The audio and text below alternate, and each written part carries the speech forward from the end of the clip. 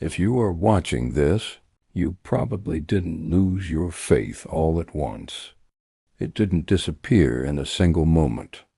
It faded, slowly, quietly, almost unnoticed, one unanswered prayer at a time, one disappointment layered over another, one night where heaven felt silent, when you needed it to speak the most.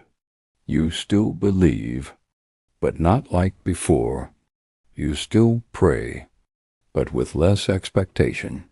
You still hope, but carefully now, because hope has hurt you before. And somewhere deep inside, a question you never thought you would ask has begun to whisper, "Where is God?" Not shouted, not angry, just tired. This documentary is not here to shame you. It is not here to accuse you. It is not here to demand that you believe harder. It is here to sit with you in the quiet space where faith feels fragile and remind you of something you may have forgotten. You are not the first person to feel this way, and you are not abandoned. Faith does not usually die in rebellion. It dies in exhaustion, when prayers feel like monologues, when obedience goes unrewarded, when doing the right thing still leads to pain. Faith fades when life stops making sense. You prayed for healing, but the sickness stayed. You prayed for restoration, but the relationship still broke. You prayed for clarity, but the confusion deepened. And slowly the words you once said with confidence began to feel heavy in your mouth. God is good. God is faithful. God has a plan. You still say them, but now you wonder if they are true for you. There is a kind of loneliness that only believers experience. It's the loneliness of trusting a God you cannot hear, cannot see, and cannot explain, when everything around you is falling apart. And when faith starts to fade, many people assume something is wrong with them. They think doubt is failure. They think questions are betrayal. They think weakness disqualifies them. But the truth is far more honest. Faith that has never been tested is not strong faith. It is borrowed faith, inherited faith, unchallenged faith. Real faith begins when certainty ends. The Bible is filled with people who loved God deeply and still questioned Him honestly. People who obeyed and still suffered. People who believed and still broke down. Faith was never meant to be fragile glass. It was meant to be forged metal, and metal is shaped by fire. Some of the strongest believers in history did not lose faith because they stopped loving God. They lost faith because life overwhelmed them, because grief lingered, because injustice went unanswered, because waiting became unbearable. And maybe that's where you are right now. Not rebellious, not faithless, just weary. You still want to believe. You just don't know how to reconcile faith with reality anymore. You've seen too much pain, too much hypocrisy, too much silence. You've watched people claim God's name while doing harm in His image. You've seen prayers weaponized, truth twisted, grace forgotten, and somewhere along the way you began to wonder if the God you were taught about is the same God who exists. Faith fades when the picture we were given doesn't match the world we live in. But here is something rarely said aloud. Doubt is not the enemy of faith. Indifference is. Doubt means you still care. Doubt means you are still wrestling. Doubt means your heart has not shut down. Even Jesus' closest followers doubted. They walked with him, ate with him, watched him heal the sick and raise the dead.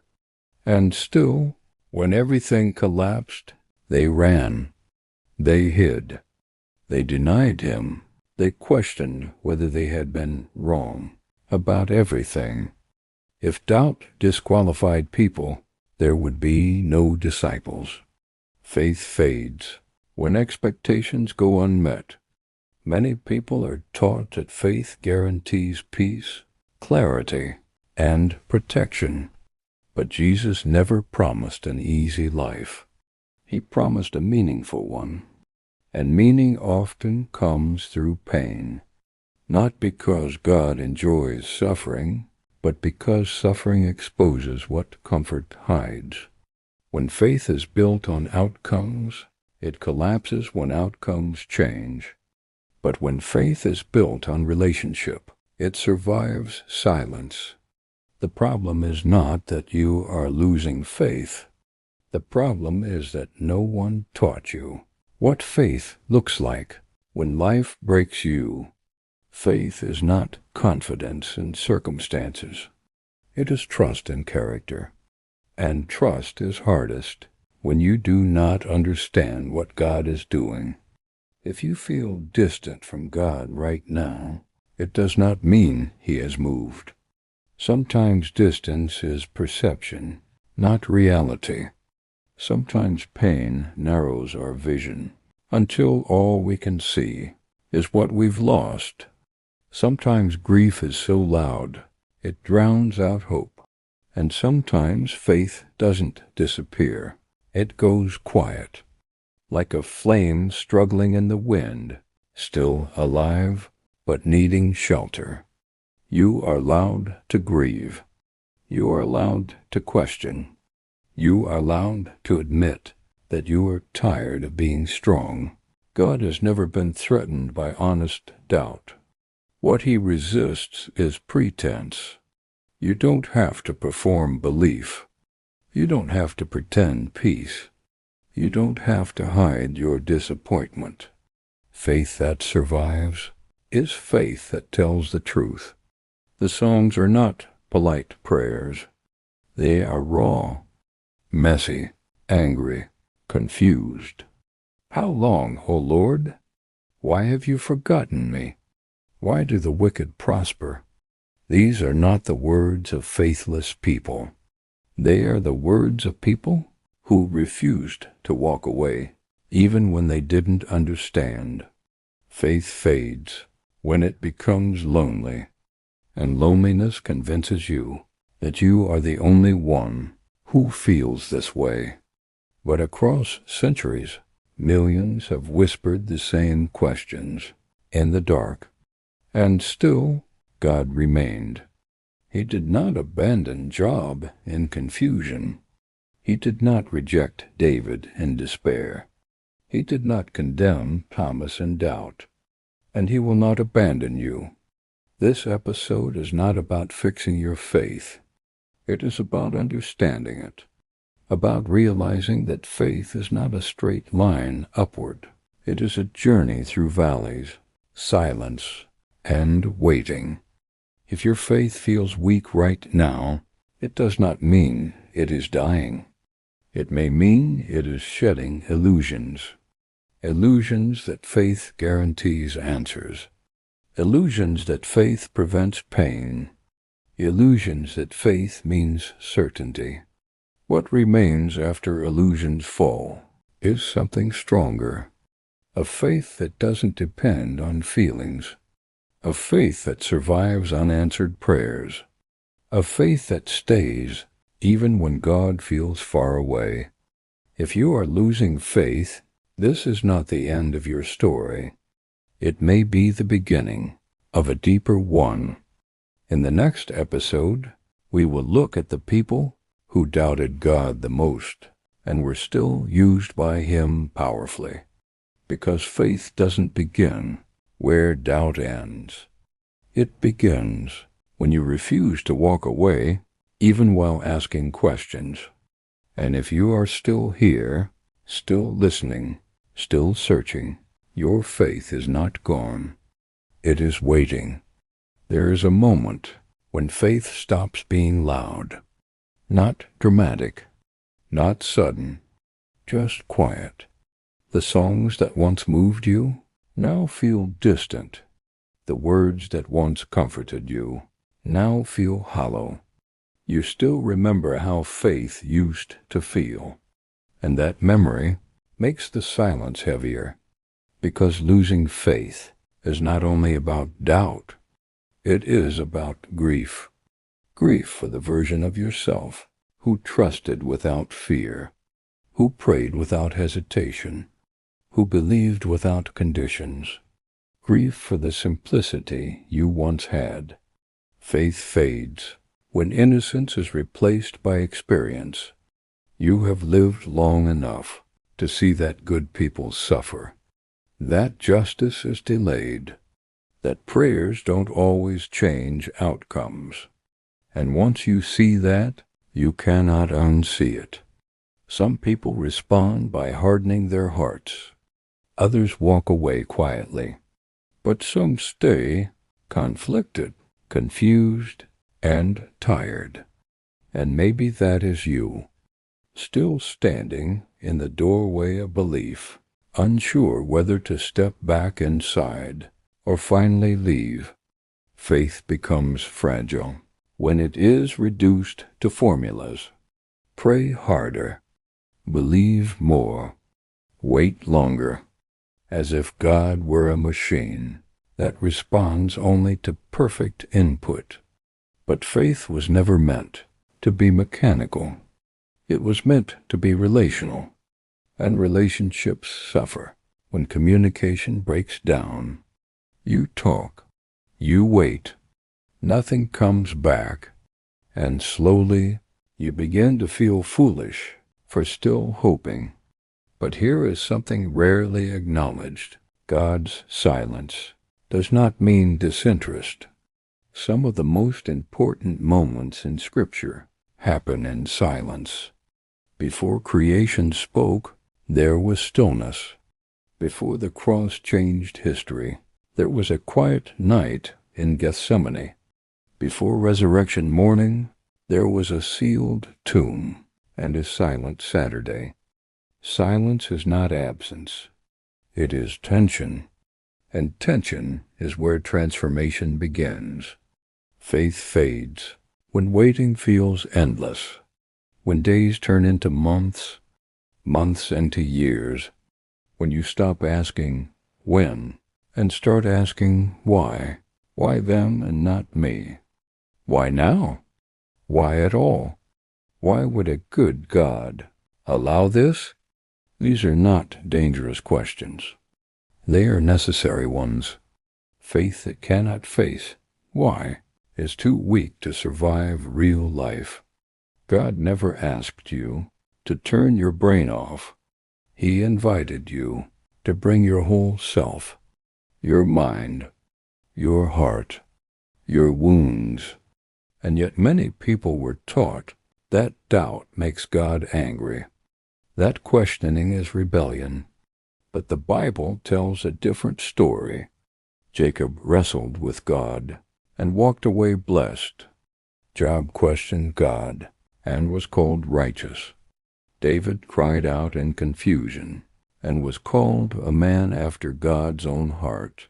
Faith that survives is not faith that never struggles. It is faith that refuses to let go, even while struggling. Faith fades when pain isolates you, when people around you seem to have easy answers for problems you are living with every day. Everything happens for a reason. God won't give you more than you can handle. Just have faith, and suddenly your pain feels inconvenient. So you stop talking about it. You smile. You nod. You say you're fine. But inside, you feel unseen. And isolation is dangerous for faith, because isolation convinces you that your struggle is unique, that you are broken in a way others are not. But faith was never meant to be carried alone. Even Jesus, on the night he needed strength the most, asked his friends to stay with him, to watch, to pray, to not let him be alone. If the Son of God needed companionship in suffering, so do you. Faith fades when God feels distant and people feel unreliable. And in that space, the enemy of your soul whispers quietly, maybe it was all a lie. Maybe you were foolish to believe. Maybe God moved on. But lies are most powerful when spoken softly. The truth is louder when you stop running from it. God has not moved. He has not abandoned you. He has not grown tired of your questions. He is not waiting for you to clean yourself up before coming back.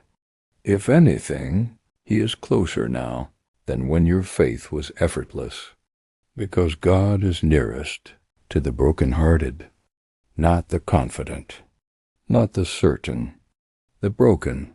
Faith fades when you confuse God with the people who represented him poorly, when leaders fail, when institutions disappoint, when religion wounds, and you begin to wonder if the problem was never you, but what you were taught. There is a difference between God and the systems built around him, between Jesus and those who misused his name. Walking away from false images of God is not losing faith. It is shedding distortion.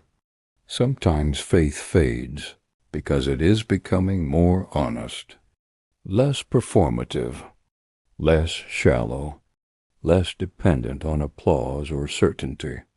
What remains is quieter, but truer. Faith at this stage does not shout. It whispers. It does not demand answers. It waits. And waiting is not weakness. Waiting is trust without control. If you are still listening to this, if something in you still longs for God to be real, that longing itself is evidence of faith.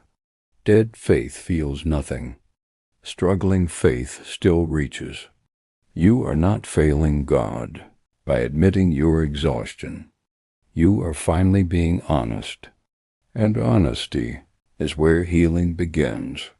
Faith fades, not to end you, but to rebuild you, to strip away illusions, to burn away borrowed beliefs, to replace shallow certainty with deep trust. This is not the death of faith. This is the labor, and labor is painful before something new is born. In the next episode, you will meet people who doubted God deeply and were not rejected, people whose faith broke and was rebuilt stronger, because God does not discard those who struggle to believe. He walks with them. And if your faith feels faint tonight, do not force it to shout. Let it breathe. Let it rest. Let it be small, because even faith, the size of a mustard seed, can survive the dark. And if you are still here, still searching, still listening, then your faith, no matter how quiet, is still alive.